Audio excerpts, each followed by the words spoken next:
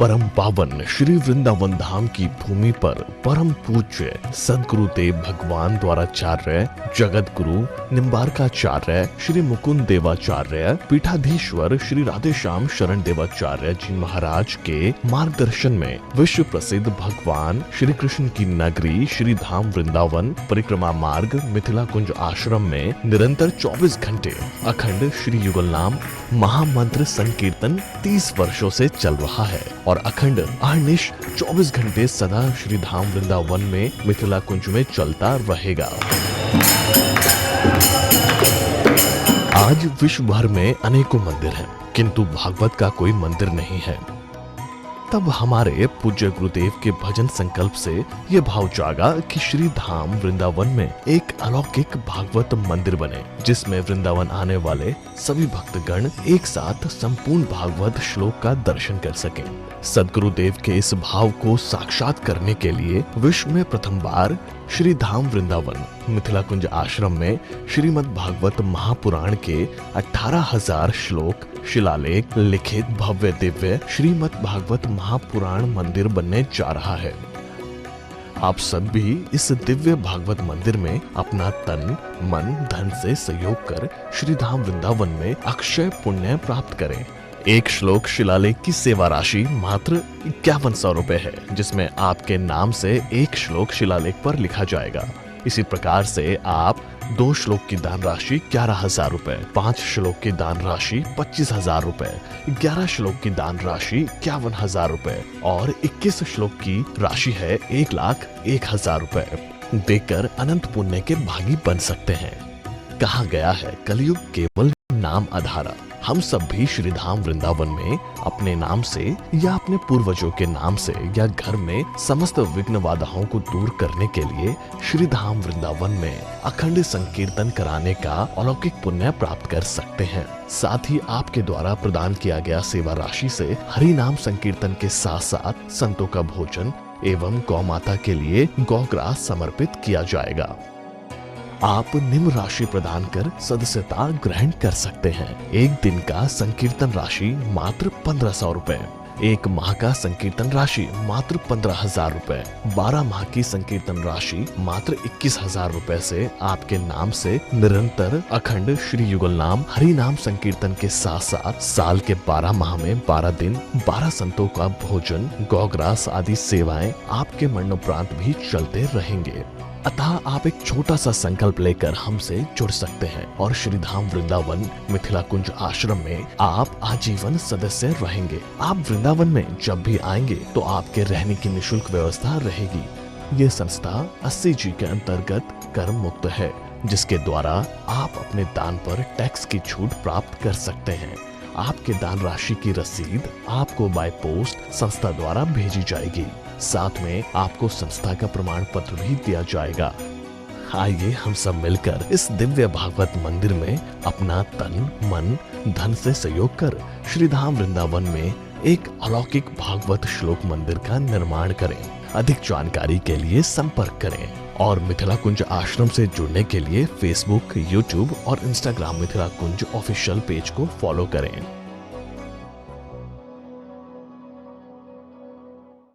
स्वरूपिणं कलात्मानं निकुञ्जस्थं गुरुरूपं सदा भजे। राधे कृष्ण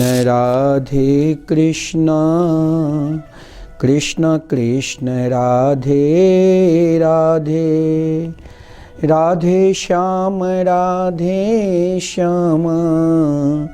श्याम श्याम राधे राधे। राधे कृष्ण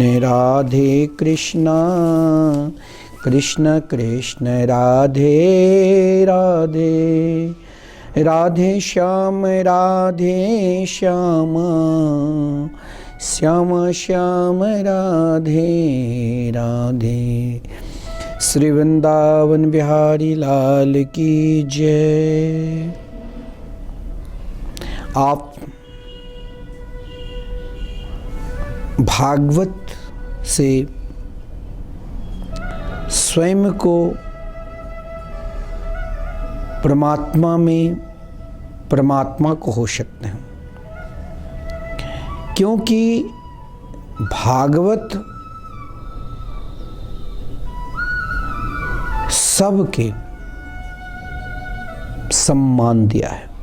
जैसे हम भगवान के लिए जीते हैं, भगवान के लिए अपने आप समर्पित कर दिए हैं, भगवान ने हम सब के लिए स्वयं अपने आप दे दिया है भागवत के रूप में। कहा गया है तेनंग बांग मई मूर्ति प्रत्यक्षा वर्तते हरि।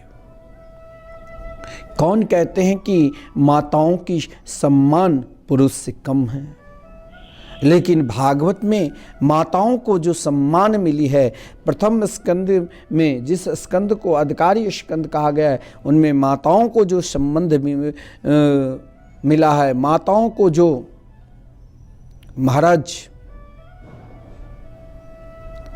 सर्वश्रेष्ठ बराबरी मिला है, माताओं को जो सम्मान मिला है, जिन माताओं का संबंध अपने आप को परमात्मा के प्रति थी,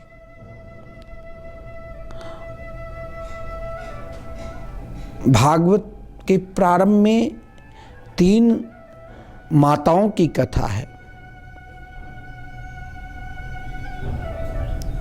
क्योंकि मातृ हृदय श्री कृष्ण भक्ति और मातृ हृदय से भी श्रेष्ठ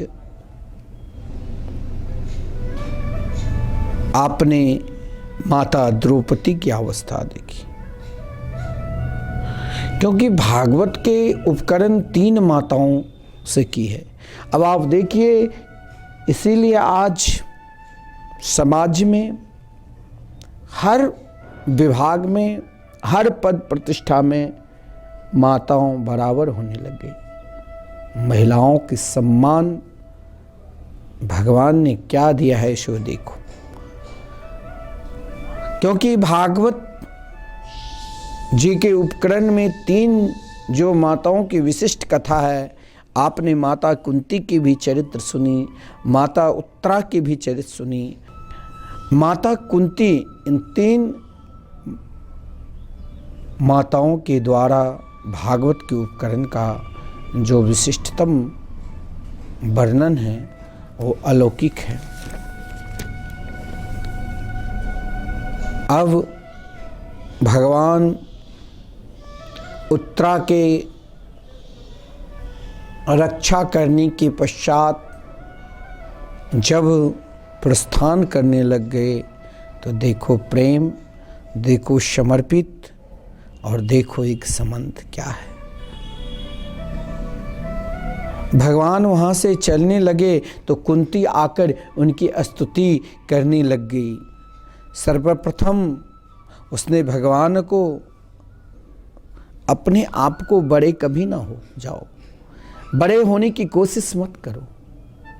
माता कुंती जिनके पुत्र भारत की ही नहीं से पूरे विश्व के सम्राट, आज ये नहीं देखिए। हम लोग अपने गुरुजन को, अपने बड़े को देखकर सामने देखता है कि वो व्यक्ति देख लिया, भाई खुद को इतने बड़े हो चुके हैं, फिर दूसरों को प्रणाम क्यों करते हैं। लेकिन हमारे संस्कृत, हमारे सनातन धर्म की आप परंपरा देखिए, माता कुंती जो स्वयं श्री कृष्ण के बुआ है, लेकिन श्री कृष्ण उनके इष्ट है, परमात्मा है। लौकिक में देखा जाए तो बुआ कहकर ही भगवान पुकारते थे, लेकिन अध्यात्म तरह आप जब जाओगे तो वहाँ केवल भक्त और भगवान के संबंध है।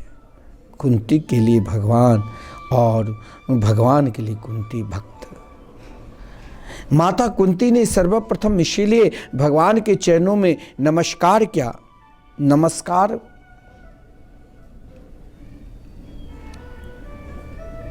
बार बार चरणों में नमस अथवा नमस्कार क्या,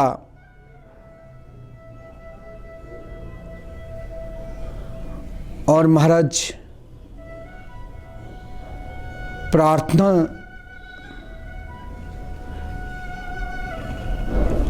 करने लग गई माता कुंती।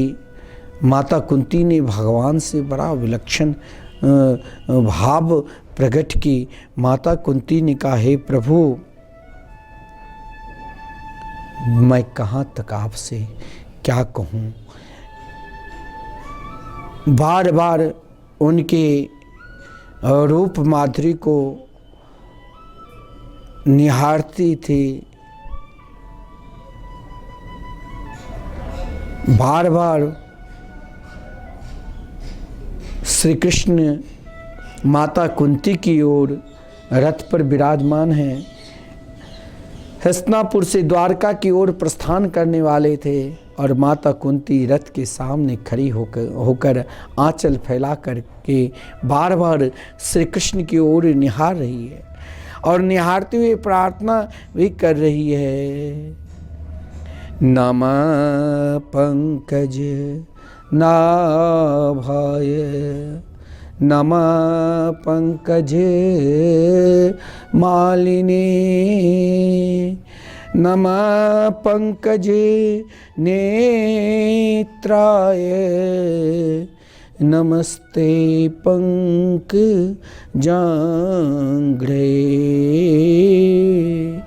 माता कुंती जो मांगा आज तक कोई मांग ही नहीं सकते। माता कुंती ने प्रभु से जो प्रार्थना की वो बहुत विशिष्ट प्रार्थना है। माता कुंती प्रभु की ओर देख रही है और बार बार यही कहती है, भगवान को श्री कृष्ण वासुदेव, देवकी नंदन, नंद गोप कुमार आदि नामों से संबोधित करके आज प्रभु की स्तुति की और बोली, जैसा तुमने अपनी माँ की सेवा की और उसको कंस के बंधन से छुड़ाया, वैसा ही हमको भी इस विकट परिस्थिति, विष से, अग्नि से, राक्षसों से, दुष्टों की सभा से, वनवास से, महारथियों के अस्त्र से, अश्वत्थामा के अस्त्र से बारंबार प्राण बचाए। हे प्रभु, जब हर पल हर क्षण आपने हमारी रक्षा की तो अब हमको विपत्तियों की डर नहीं रहा। बहुत लोग कहते हैं कि महाराज माता कुंती ने दुख मांगा था। अरे भाई समझो, दुख नहीं मांगा था, क्योंकि माता कुंती ने जब भगवान की स्तुति की तो यही कहा, हे प्रभु, आपने जिस प्रकार अपनी माता की हर पल हर क्षण माता देवकी की रक्षा की, स्वयं श्रीमद् भागवत महापुराण में भी यही वर्णनम यथा ऋषिकेश खलेन देवकी कंसेन रुद्धा ती चिरम सुचार पिता। जैसे आपने अपनी माता की रक्षा की, बस प्रभु उसी प्रकार आपने हमारी रक्षा की।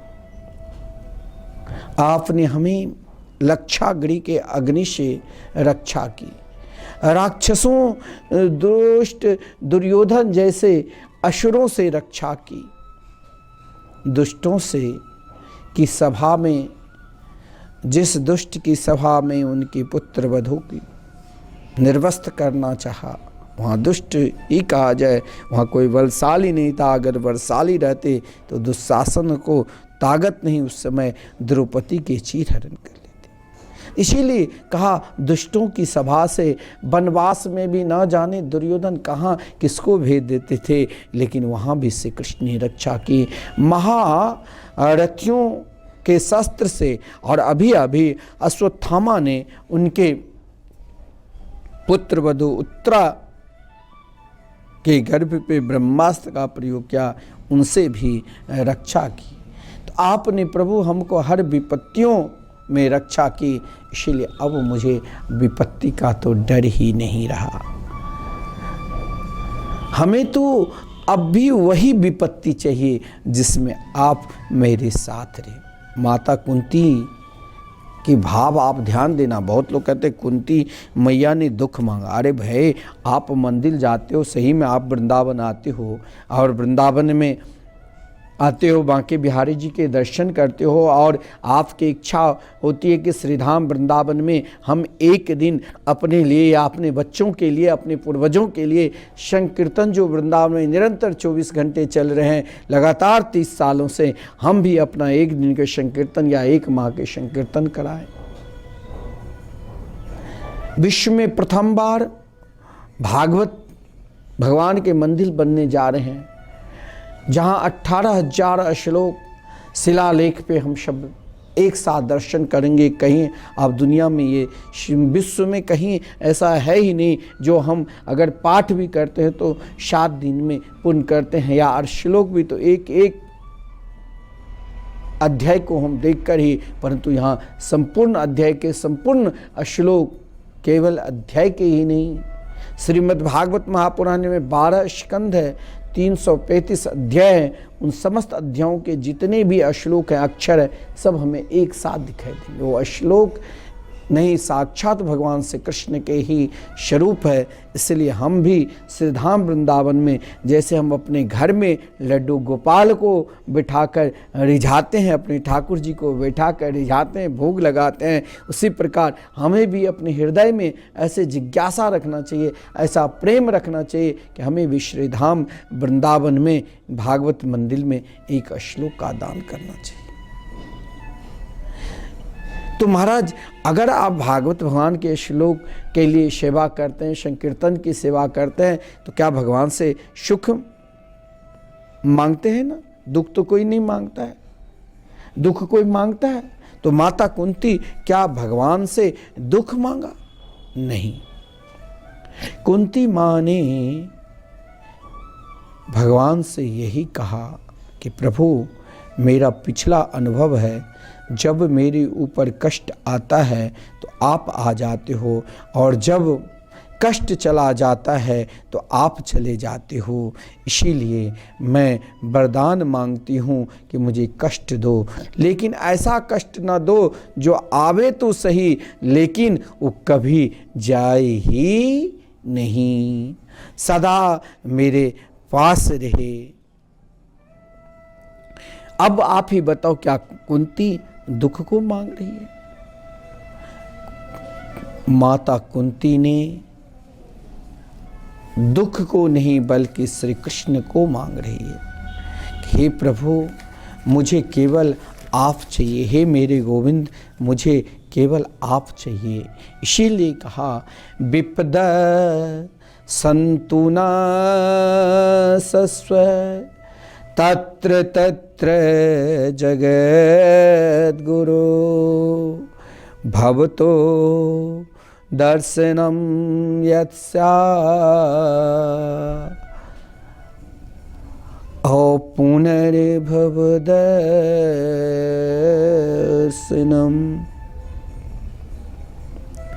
देखो, मैंने आपसे कहा था, अर्जुन हो चाहे उत्तरा ने संकट के समय भगवान की स्तुति की, किंतु कुंती भगवान की जिस समय स्तुति की वो सुख की समय में, माता कुंती की स्तुति सुख के समय में, जब उनके पुत्र भारत के सम्राट बने, उस समय सुख के समय में स्तुति कर रही है और कहती है, प्रभु हमारे जीवन में बार बार, एक बार नहीं, बार बार विपत्ति आवे। वो कैसा विलक्षण बात है, इस संसार में कोई प्राणी नहीं होंगे जो भगवान से दुख मांगता हो। बड़े बड़े दार्शनिक भी सर्वसम्मत से नियम बनाकर निरूपण करते हैं, सुखम में भूयात दुखम में मां भोदिति।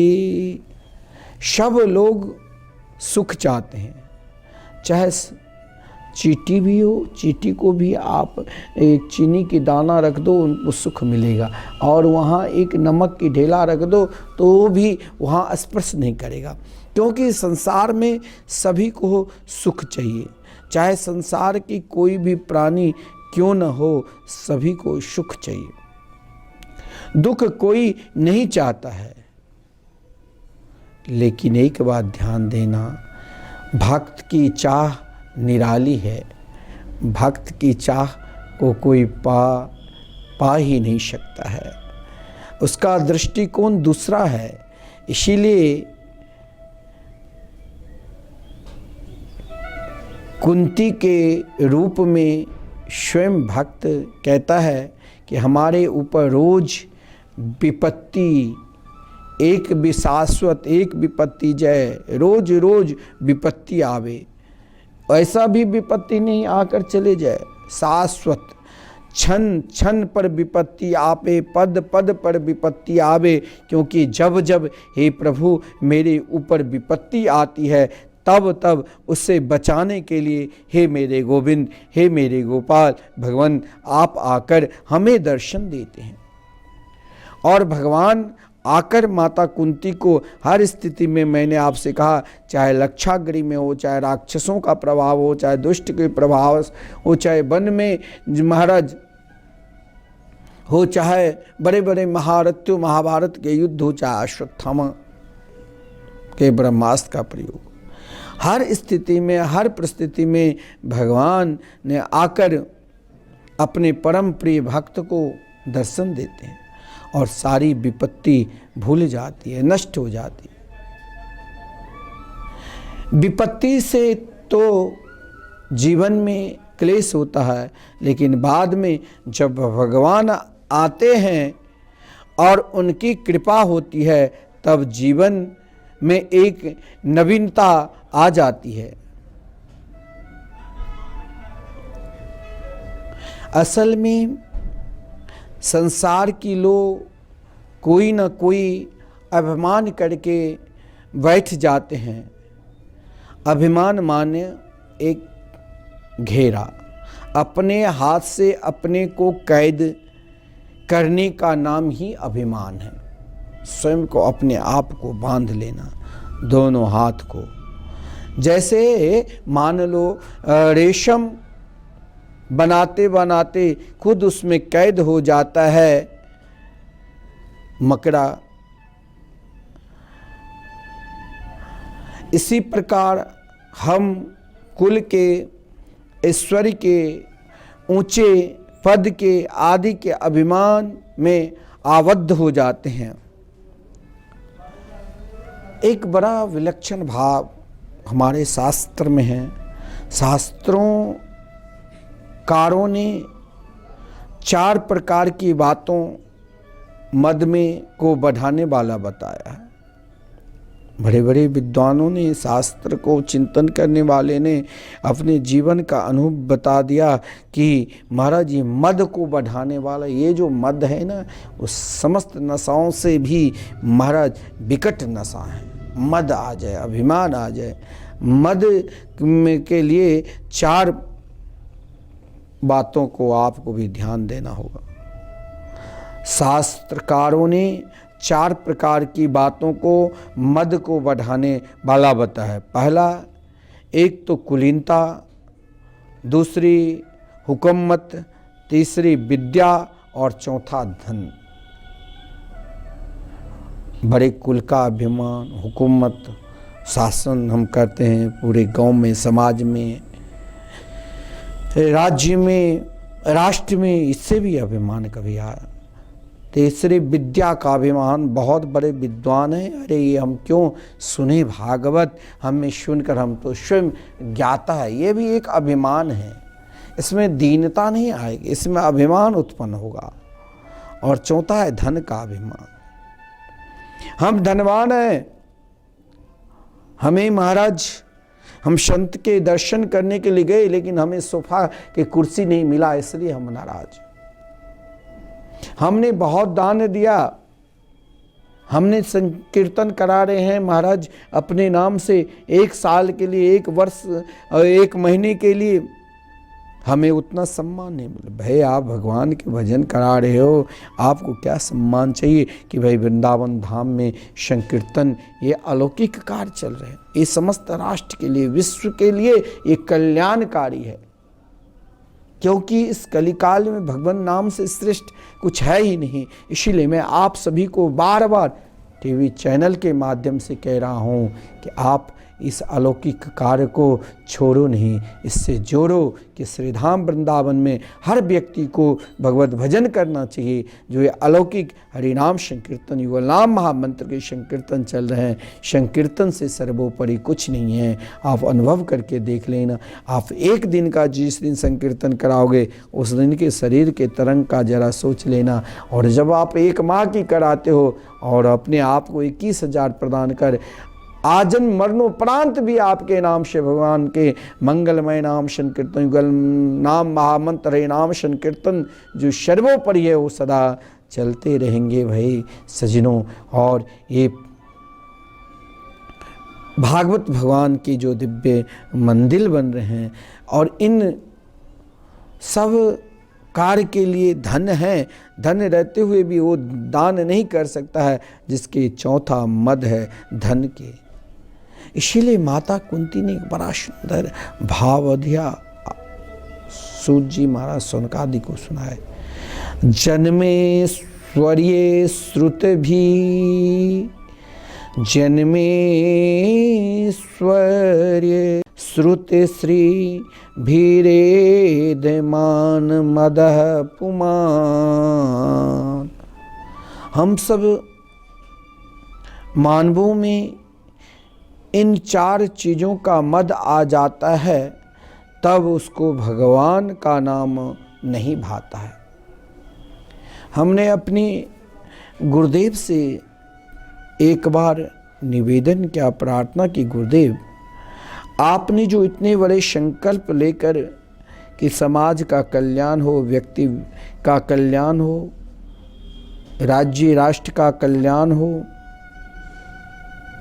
विश्व का कल्याण हो, सब जानते हैं इस कलिकाल में कि भगवान नाम से श्रेष्ठ कुछ है ही नहीं, तब मैं नहीं देखता हूँ लोगों का लगन उतना भगवान नाम के प्रति। भगवान नाम के प्रति लोगों का लगन कैसा हो। बहुत ऐसा भी भक्त हैं जो महाराज श्रीधाम वृंदावन घूमने के लिए आते हैं, दर्शन करने के लिए आते हैं, या महाराज वृंदावन धाम में प्रवेश करते हैं तो उसने महाराज यहाँ श्री बांके बिहारी जी के दर्शन करके जब लौटते हैं या आते हैं तो पहले ऐसा भी है कि पहले नाम भगवान को प्रार्थना करो। बहुत लोग महाराज वृंदावन में आकर, और आप सबके ही सहयोग से लगातार संकीर्तन 30 वर्षों से चल रहे हैं कि मेरे नाम से एक दिन का संकीर्तन हो जाए, 5 संतों को कम से कम भोजन हो जाए। बहुत लोग ऐसे आते हैं कि मैंने जब सुना कि विश्व में प्रथम बार श्रीमद् भागवत महापुराण के मंदिर बनने जा रहे हैं, इन अलौकिक मंदिर में 18,000 श्लोक मैंने आज तक कहीं दर्शन ही नहीं किया, प्रथम बार दर्शन मिलेगा। एक श्लोक मेरा भी छोटा सा सेवा लगती, उसके लिए 5100 प्रदान कर महाराज उसने अपने बहुत अलौकिक एक श्लोक का भाव तो उसको हृदय में जब जगा तो कई को जगा सकता है।